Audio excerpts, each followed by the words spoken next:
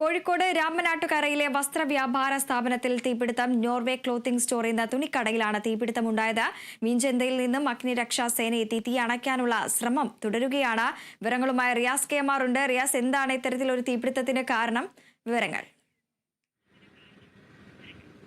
വൃന്ദ, ഈ രാമനാട്ടുകരയിലെ തുണിക്കടയിൽ Norway clothing store എന്ന് പറയുന്ന തുണിക്കടയിലാണ് തീപിടുത്തമുണ്ടായത്. ഇന്ന് രാവിലെയാണ് ഈ തീപിടുത്തം ഉണ്ടാകുന്ന ഒരു സാഹചര്യം ഉണ്ടായത്. വൈദ്യുതി ഷോർട്ട് സർക്യൂട്ടാണ് ഈ തീപിടുത്തത്തിന് കാരണമായതെന്നുള്ള ഒരു പ്രാഥമിക നിഗമനമാണ് അഗ്നിരക്ഷാ സേനയുമായി ബന്ധപ്പെടുമ്പോൾ നമുക്ക് ലഭിക്കുന്നത്.